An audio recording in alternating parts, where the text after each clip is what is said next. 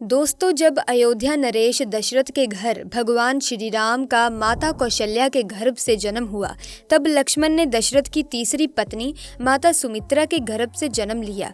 माता सुमित्रा के 2 बच्चे हुए थे, जिनमें लक्ष्मण बड़े थे तथा शत्रुघ्न छोटे। इसके अलावा दशरथ की दूसरी पत्नी से भरत का जन्म हुआ था। सभी भाइयों में श्री राम सबसे बड़े थे तथा लक्ष्मण का शुरू से ही अपने भाई श्री राम से बहुत लगाव था। त्रेता युग में जब भगवान विष्णु ने श्री राम के रूप में राजा दशरथ के घर जन्म लिया, तब शेषनाग ने भी उनके छोटे भाई लक्ष्मण के रूप में जन्म लिया था। लक्ष्मण की माता का नाम सुमित्रा था। ऐसे में लक्ष्मण को कई अन्य नामों से जैसे कि लखन, सुमित्रा नंदन, सौमित्र, रामानुज के नाम से भी जाना जाता है। लक्ष्मण का चरित्र संपूर्ण रामायण में ऐसा है कि उन्होंने हर पथ पर अपने भाई श्री राम का साथ दिया था तथा इसके लिए उन्होंने अपने सुख सुविधा का भी ध्यान नहीं दिया। उन्होंने एक छोटे भाई होने के उच्च आदर्श स्थापित किए थे। दोस्तों, राम और लक्ष्मण की जोड़ी की मिसाल लोग सदियों से देते आ रहे हैं और जब तक दुनिया कायम है तब तक उनका नाम एक साथ आता रहेगा। तो ऐसे में दोस्तों, आज की इस वीडियो में हम यही बात करेंगे कि राम जी को किस कारण से अपने प्राणों से प्रिय भाई लक्ष्मण को मृत्यु दंड की सजा देनी पड़ी। मित्रों, भगवान राम के 3 भाई थे। तीनों भाइयों में राम के सबसे प्रिय थे लक्ष्मण। लक्ष्मण भी राम का बहुत आदर करते थे। इसीलिए जब भगवान राम वनवास के लिए जाने लगे तो लक्ष्मण भी हठ करके राम के साथ वन गए। लक्ष्मण ने हर सुख दुख में भगवान राम का साथ दिया। इसके बाद भी एक बार लक्ष्मण जी से एक छोटी सी गलती हो गई तो भगवान राम ने उन्हें मृत्यु दंड दे दिया। भगवान राम की आज्ञा का पालन करते हुए लक्ष्मण जी ने जल समाधि ले ली। पर सवाल उठता है कि न्याय प्रिय और भक्त वत्सल कहलाने वाले राम ने आखिर अपने प्राण से प्रिय भाई को उनकी छोटी सी गलती पर प्राण दंड क्यों दे दिया, और वो गलती क्या थी जिसने भगवान राम को ऐसी कठोर सजा देने के लिए विवश कर दिया। तो चलिए इस वास्तविक कहानी को जानते हैं आज के इस वीडियो में। दोस्तों, यमराज ये जानते थे कि भगवान की इच्छा के बिना भगवान ना तो स्वयं शरीर का त्याग करेंगे और ना शेषनाग के अवतार लक्ष्मण जी अपने शरीर का त्याग करेंगे। ऐसे में यमराज ने एक चाल चली। एक दिन यमराज किसी विषय पर बात करने भगवान राम के पास आ पहुंचे। भगवान राम ने जब यमराज से आने का कारण पूछा तो यमराज ने कहा कि आपसे कुछ जरूरी बातें करनी है। भगवान राम यमराज को अपने कक्ष में ले गए। यमराज ने कहा कि मैं चाहता हूं कि जब तक मेरी और आपकी बात हो उस बीच कोई इस कक्ष में नहीं आए। यमराज ने अपनी बात को आगे बढ़ाते हुए कहा कि अगर कोई बीच में आ जाता है तो आप उसे मृत्यु दंड देंगे। ऐसा आपको वचन देना होगा। भगवान राम ने यमराज की बात मान ली और ये सोचकर कि लक्ष्मण उनके सबसे आज्ञाकारी हैं, इसीलिए उन्होंने लक्ष्मण जी को पहरे पर बैठा दिया। यमराज और राम जी की बात जब चल रही थी उसी समय दुर्वासा ऋषि अयोध्या पहुंच गए और राम जी से तुरंत मिलने की इच्छा जताई। लक्ष्मण जी ने कहा कि भगवान राम अभी यमराज के साथ विशेष चर्चा कर रहे हैं। भगवान की आज्ञा है कि जब तक उनकी बात समाप्त ना हो जाए कोई उनके कक्ष में नहीं आएगा। इसीलिए आपसे अनुरोध है कि आप कुछ समय प्रतीक्षा करें।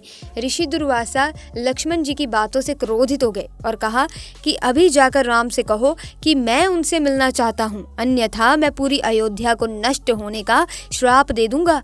लक्ष्मण जी ने सोचा कि उनके प्राणों से अधिक महत्व उनके राज्य और उसकी जनता का है। इसीलिए अपने प्राणों का मोह छोड़कर लक्ष्मण जी भगवान राम के कक्ष में चले गए। भगवान राम लक्ष्मण को सामने देखकर हैरान और परेशान हो गए। भगवान राम ने लक्ष्मण से पूछा कि ये जानते हुए भी इस समय कक्ष में प्रवेश करने वाले को मृत्यु दंड दिया जाएगा, तुम मेरे कक्ष में क्यों चले आए? लक्ष्मण जी ने कहा कि दुर्वासा ऋषि आपसे अभी मिलना चाहते हैं, उनके हठ करने के कारण मुझे अभी कक्ष में आना पड़ा। राम जी यमराज से अपनी बात पूरी करके जल्दी से ऋषि दुर्वासा से मिलने पहुंचे। यमराज अपनी चाल में सफल हो चुके थे। राम जी से यमराज ने कहा कि आप अपने वचन के अनुसार लक्ष्मण को मृत्यु दंड दीजिए।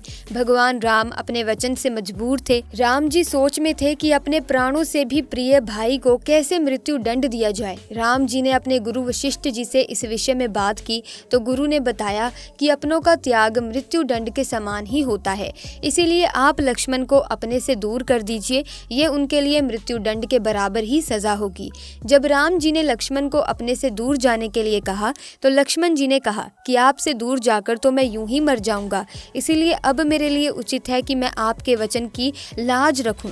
लक्ष्मण जी भगवान राम को प्रणाम करके राजमहल से चल पड़े और सरयू नदी में जाकर जल समाधि ले ली। इस तरह राम और लक्ष्मण दोनों ने अपने अपने वचनों और कर्तव्य का पालन किया। इसीलिए कहते हैं, रघुकुल रीत सदा चली आई, प्राण जाए पर वचन न जाए। इसी के साथ दोस्तों, सनातन धर्म के ग्रंथों में बताया गया है कि बुरे कर्मों का फल हमेशा बुरा ही मिलता है, चाहे वो इंसान हो या फिर ईश्वर। दोस्तों, इसका एक उदाहरण माता सीता का है, जिसका जिक्र रामायण में किया गया था। दोस्तों, दरअसल रामायण कई भाषाओं में लिखी गई है। अलग अलग रामायण में कई तरह की दंत कथाएं मिलती हैं, जिनसे लोग परिचित नहीं हैं। इस कथा के अनुसार ये बताया गया है कि आखिर क्यों सीता माता और राजा राम को अलग होने का श्राप तभी मिल गया था जब वो एक दूसरे के गठबंधन में भी नहीं बंधे थे।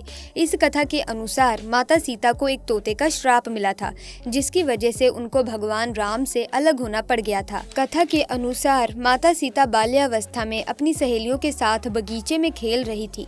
वहीं बगीचे में एक तोते का जोड़ा पेड़ पर बैठा था।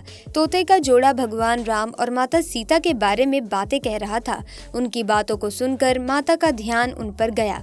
मादा तोता बोल रही थी कि अयोध्या के राजकुमार राम काफी प्रतापी राजा होंगे, उनसे माता सीता का विवाह होगा। तोते के मुख से भावी पति का नाम सुनकर माता सीता तो अचंभित हो गई।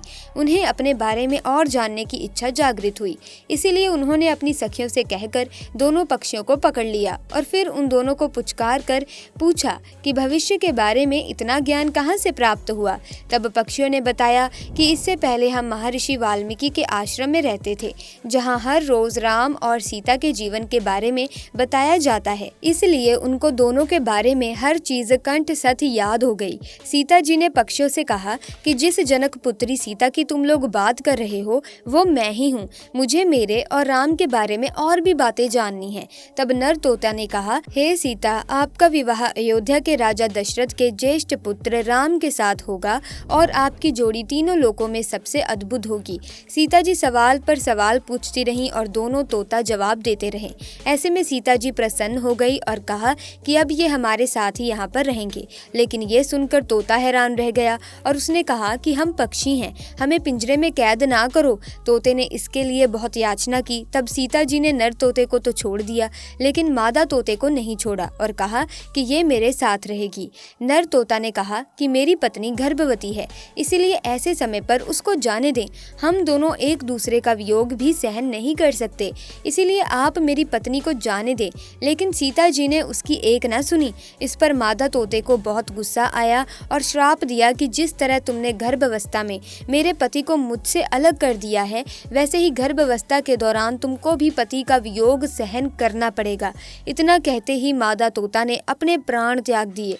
बताया जाता है कि अगले जन्म में तोता वो धोबी था जिसने माता सीता के चरित्र पर उंगली उठाई थी, जिसके बाद भगवान राम ने सीता का गर्भावस्था के दौरान त्याग कर दिया था। तो दोस्तों, इन दोनों कथाओं को सुनकर आपको कैसा लगा? क्या आप इन दोनों कथाओं के बारे में पहले जानते थे या नहीं? कमेंट्स में ज़रूर बताना। साथ ही इस वीडियो को लाइक करें, शेयर करें, चैनल को सब्सक्राइब करके बेल आइकन को प्रेस कीजिए ताकि वीडियोस की अपडेट आपको मिलती रहे। आपका बहुत बहुत धन्यवाद।